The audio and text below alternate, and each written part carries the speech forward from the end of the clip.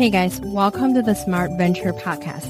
In each episode, we're going to have conversations with some of the top investors, superstar founders, as well as well-known tech company executives in Silicon Valley. We'll have a coffee chat with them to learn their way of thinking and actionable tips on how they build or invest in a successful company. Before we start our show today, I want to make sure the listener, aka you, understand that everything a person say on the podcast only reflects hers or his own opinion, not the show or the company they work at. Our guest today is a VP of Policy Development and Research at Lyft. She was recruited onto the policy team by Lyft's Chief Policy Officer and former Secretary of Transportation, Anthony Foxx, to drive strategy for the business core policy issues. From labor policy to safety to privacy and sustainability. Prior to that, she reported directly to the co-founder and president, John Zimmer, after architecting an industry-leading initiative called Future of Work, which focused on innovations in labor policy, portable benefit, and worker protections for gig workers. She joined Lyft in its early days, leading all labor and employment-related issues facing Lyft on Lyft's legal team. Prior to Lyft, she worked at several law firms as a commercial litigator. Her name is Loni Mahanta. This episode is the first part of the conversation with Loni. We'll focus on how Loni started her career in law and tech. Welcome to the show, Loni. Thank you for having me. Loni, you worked in law before working in tech. Can you give us a little bit background about how you grew up and why you picked law? Yeah. So I grew up in St. Louis, Missouri. I came out to California for college. And I think actually pretty early on, I knew I wanted to go to law school, though I wasn't totally sure what that meant. Mm-hmm. I really like to argue. I was very argumentative. So it always seemed like a thing I should do. But, when I was in college, my boyfriend at the time, my now husband, his father was a lawyer at a big New York law firm. And I was bouncing ideas off of him. And, what he sold me on was this idea that like lawyers are problem solvers. And that like really appealed to me. And so, that was not really knowing a whole lot of what I was getting into, kind of took that and ran with it and decided to go to law school. Yeah, I love that you just took a chance on law school. Curious, when you first got into law school, what was your career plan back then? Was it becoming the top lawyer at a law firm or was it getting into tech? Yeah, I had no idea that I would end up in tech. I didn't even know the full breadth of what lawyers do, to be honest with you. I knew what litigators did. And that was the road I went down when I was in law school. I didn't even really conceive of sort of corporate law and some of these other areas that were out there. But I just, I was sort of interested in kind of went down the road that is maybe a little bit what a lot of people do. I went to a law firm. I found a law firm that that I thought would be interesting. And it was great. I had a lot of people that I'm still very, very close with. Mm-hmm. But through that process, I was at the law firm for like 7 years. Really was like, this isn't the place that I want to be for the long run. It's not utilizing, I think, some of these other skills that I had. I remember really clearly one day thinking to myself, I should get into tech. There's a lot of stuff happening in tech. 7 years later, here I am, doing a lot of fun and interesting stuff that I never would have thought of at Lyft. So, yeah, compared to working at a law firm and working in tech, what are some qualities that's transferable and what's the main differences? I think that there was something, the practice of law at the law firm is very regimented in some ways, especially when you're a litigator. There's a lot of rules, there's a lot of procedure. There is ways that things are done. The way you draft a summary judgment motion or take a deposition, all of that is already kind of set and scripted. And there are people that are really good at that. And they know how to do that really well. I think I did fine at that. It was fine. It wasn't really where I excelled though. And I realized that at some point along the way that I had other skills to bring to bear that I really wasn't utilizing fully in the law firm world. what those things that sort of became clear to me was, collaborative person by nature, really working across teams, working with other people, helping explain what the law means, distilling that down into actionable advice for people that are trying to kind of create new products or figure out what to do around the constraints of the law. That was sort of my first use of the law in the tech setting. It was really helping people understand what the law is and what to do about where things are in the moment. I think there's like a pretty big difference. And for me, I found my application of legal knowledge to be much better used in the business setting than in the law firm setting. Yeah, totally. I would love to learn about your take on the transition between law and tech. We'll dive into that conversation a little bit later. Let's go back to your personal development journey. You went to law school, took the LSAT. Sounds like you are a great test taker. You're good at absorbing knowledge in a short amount of time.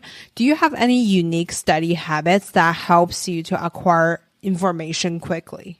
I probably don't have anything groundbreaking here, to be honest. Like, I was always a good student. I studied hard. I read a lot. I followed the rules of school. I always did that. I loved law school. I thought it was super interesting. But again, it was very linear, right? Like I kind of knew what you had to do. You studied hard, you read a lot, you did practice exams. I took really detailed notes in law school. I went over my notes a million different times, distilled them down over and over again. It's sort of not, it's not all that interesting in some ways, but what I think has been interesting is that those skills were so important, I think, to get me to law school and to do well in law school. But if I had sort of stopped at that place, I think I would have just stopped at being a good student. I really had to kind of learn and grow beyond that, take risks, do things that were outside of my comfort zones, do things that weren't so linear. And like a clear path forward. That's where big changes happened for me in my own personal development. Yeah, totally. In terms of building your personal skills, you became the VP of Lyft in a way shorter amount of time than a lot of people. Compared to your peers, what do you see as 3 characteristics that you have that other people don't that make you more successful? I think a couple things that come to mind, and they're sort of in no particular order. One, I am willing to take risks. I'm willing to do things that are like outside of my comfort zone and push forward positions that I am not certain how they're going to land, or have conversations with more senior people that are not super comfortable. So one, I think, is like willing to take risks. Another is that I lean in really hard on collaboration. I probably over-index on working with other teams and other people to make sure we all are operating from the same page. And then I think sort of relatedly is getting buy-in and consensus building. Again, you can't go too far on that. At some point you have to be directive and make a call, and like not everybody's going to agree, and that's okay.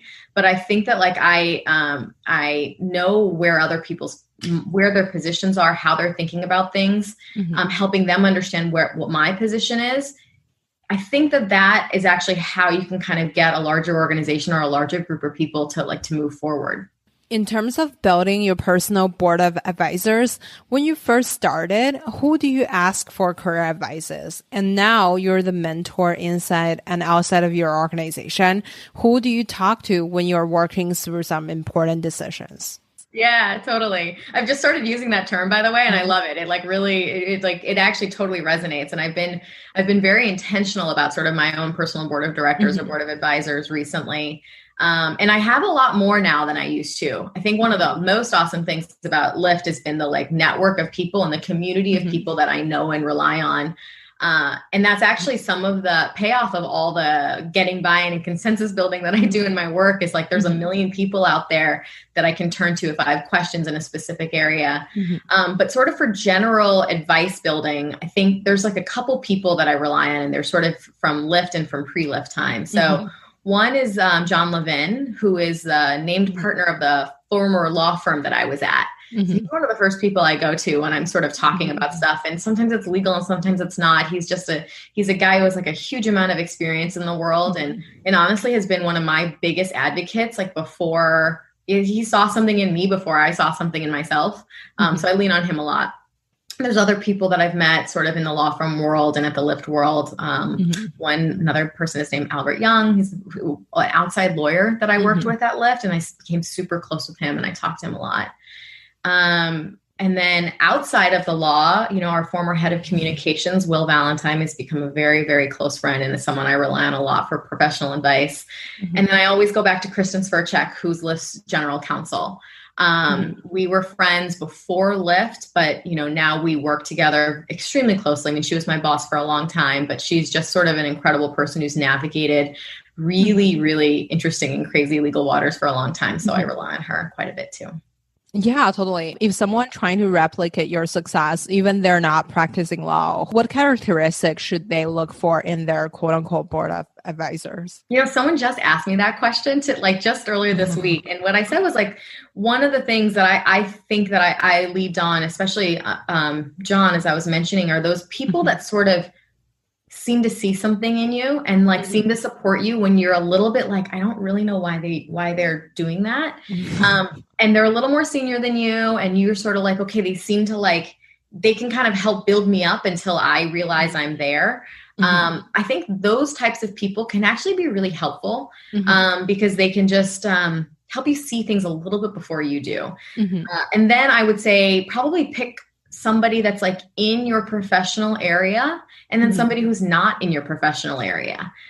Those are I think those might be, good, useful guideposts as you're thinking about, who to rely on yourself. When you pick these board of advisors, are they more like senior people in your industry or are they more like peers? How do you maintain the conversation with these people? I don't want to take advantage of anyone. If it's a one-way straight relationship, it's probably not going to be sustainable. How do you form a mutually beneficial relationship for both parties? I think it's a great question. I think what I was surprised to find is that people want to do this, right? It's if there's somebody that you are thinking about and they don't reciprocate or they're not interested, and you don't have to ask explicitly. If it just doesn't feel like the rapport is there, then you just don't explore it any further. And actually, I had an example like that. So I'm talking to so many people right now, just reaching out and thinking about, what else is out there in the world. And there was a woman that I had a great conversation with a year ago, and she's been in a super high profile position. I reached out to her and thought she might be someone interesting to talk to again. She totally blew me off. And I was like, okay, no problem. She's got other things going on. It's not nothing personal, but I'm like, okay, she's not one of those people that's going to be in my, circle. Exactly. But I think that even more senior people, so I have more senior people and then I also have peers, and the peer group is easy because you kind of are just talking about back and forth, what they're going through, what you're going through. You might have one conversation might be about you, another conversation's about them. The more senior people though, I really think that you'd be surprised how much people want to help other people. They want to help people move forward and figure out how to get to the next stage in their career. Yeah, absolutely. I love it. After you meet your mentors, what is the frequency do you keeping in touch with them? Do you stay in touch with them over email or phone call? Do you have a formula for staying in touch?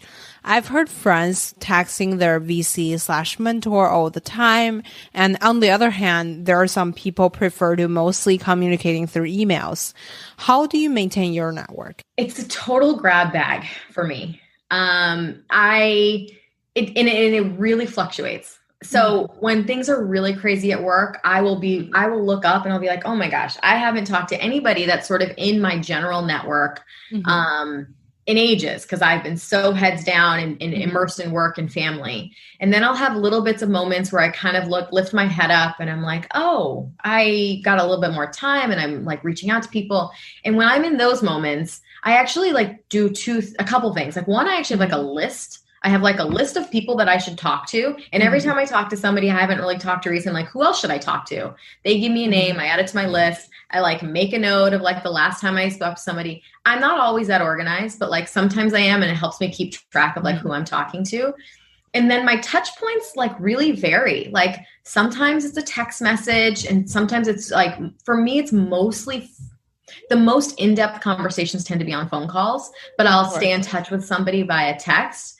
I'm much more verbal than I am written. So I'm not likely to do a whole bunch of in-depth stuff in an email. Yeah, I love it. Thank you so much for sharing with us, by the way.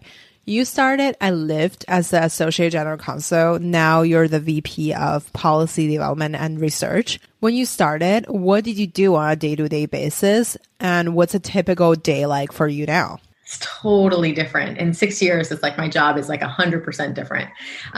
So like just day to day, you know, when I came in, I was handling all employment related issues for the company, big and small. So that was, you know, helping the people HR team with, you know, HR terminations and things like that and investigations to, you know, individual claims that somebody might make for workers' compensation or something like that, all the way up to like big ticket class action litigation related to driver and employment status. So, but it was like a lot of small stuff in addition to a lot of big stuff. I had like individual claims. I'd get, you know, voicemails forwarded to me from other people in the company and some claimant that made some small claims, like a $5,000 claim, less than $5,000 claim in some court in Georgia, be like handling those and navigating and managing all those like small day-to-day things. What I do now is like totally different world and sort of policy development and sort of thinking more proactively and long-term about what the law is and where the law should be going and how you kind of craft some of these new structures.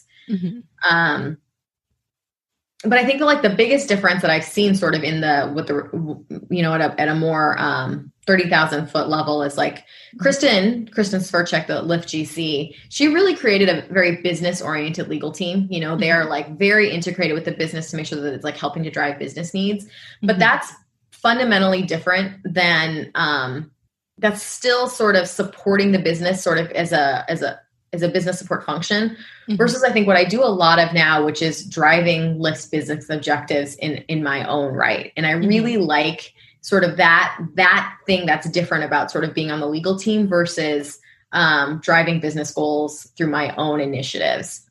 That's a big change. And that's one that I've actually very much enjoyed.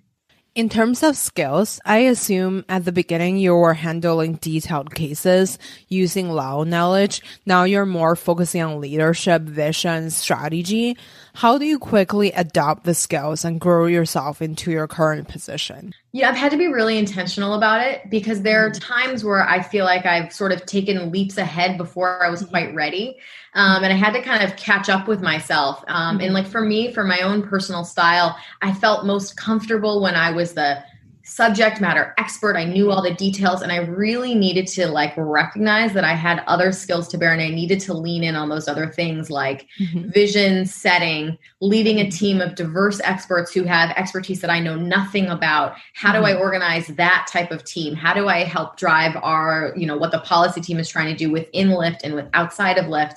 I have to think about it because like it wasn't natural for me. I had to recognize that it was a different skill set that I needed to lean on and like that was okay. And then I needed to find people to help me, right? Like I have people that within Lyft who I would talk about this with and they would sort of help me think about like how to do some of that different type of work. Yeah, I love that. So in your career, at one point, you basically accelerated your success by promoting yourself within the organization. Can you elaborate a little bit on that? I had this moment, you know, I think that I know that I'm going to look back and know it was like a pivotal moment in my career and something that like I think will have always made the difference for me when that was my first promotion to VP on the legal team. I thought that I should have been promoted. I thought my work spoke for itself. But in that round of reviews, I had got great reviews. Everything's going great. You're, doing wonderful. Rating system, doing great. But unfortunately, I was told I did not get the promotion. And also one of my colleagues who was absolutely wonderful and totally deserved the promotion. He did get it. So I thought he absolutely should have, but I should have too. It really rocked me. I really was like, I can't believe that like my work didn't demonstrate that I should get this.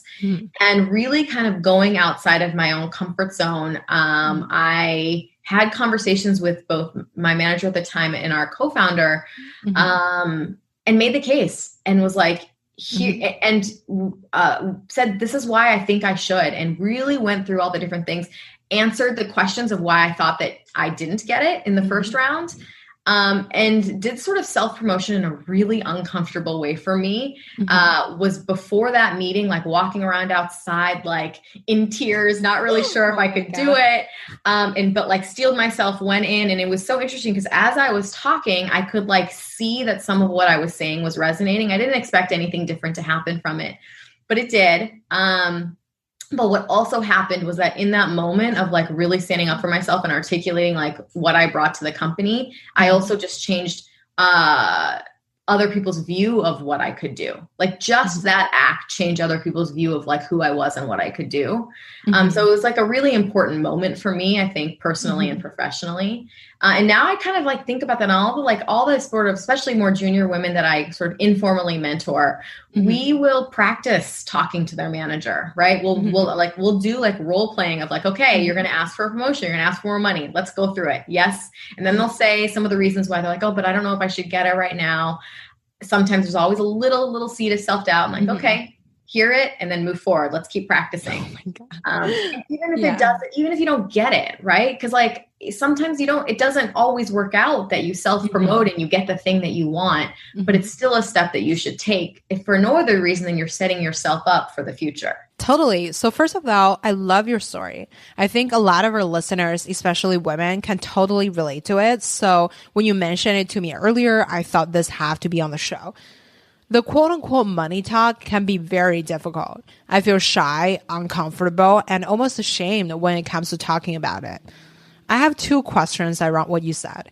One is from an emotional standing point. Like you said, you were crying outside. How do you prepare yourself mentally when you ask for a promotion? There's likely to be a rejection, or you might have self-doubt. What do you say to yourself to keep it going? In terms of tactics, how should I prepare myself before I go in to ask for quote unquote what I deserve? When you are role playing with your colleagues, how do you help them to prepare? You know, on the compensation side, it's interesting. I wasn't ever very aggressive about it at the law firm, and it's largely lockstep, so there isn't much room to do anything. But at Lyft, I didn't even negotiate as hard coming into the Lyft as I should have. And it took me, that's a big mistake, right? Because like that's when you have the most leverage and the most like opportunity, especially at a pre-public company, you're negotiating your equity. And I did not negotiate hard enough. And I knew that as soon as I got to Lyft. And so I was like, I'm never going to make that mistake again. And so, you know, during lots of review cycles, I would make a request, and I would say, this is what I think I should get. And a lot of times I didn't get what I asked for, but I actually just got comfortable asking for it. I think for me, it's like recognize the discomfort, see it, acknowledge it, and then do it anyways. Oh my God. I love it. Yeah. So for example, I went into this meeting. So how should I prepare for it? Should I just research everybody else's salary and then be like, this is what I think I should have? What is like the actual steps that you take? Yeah. If you have any concrete information, it's the best way to go in, right? Like if you have a sense of sort of where comparable peers are, it's the most grounded way that you can talk about it. If you don't have that, you can sort of make a guess and then just tie it to the work that you're doing and see what happens. Like I have made unreasonable requests. There was a time like once when I was like, I wanted sort of an equity increase in an off-cycle review. And Kristen kind of like laughed at me because it was like ridiculous. It wasn't even like close to possible. But I'm still glad I did it. Like I also got a sense of like what the like bounds were that she was dealing with of sort of, because you don't even really know what your manager has, at least at a company like Lyft. Managers are constrained in sort of the budgetary process of what they have to offer as well. So like, sometimes there's just not a lot there and you just need to know what the constraints are. And then sometimes you have to like go outside of what the allocated process is and have an exception. And like those things are few and far between. But yeah, if you have information and data, that's like definitely the best way to go.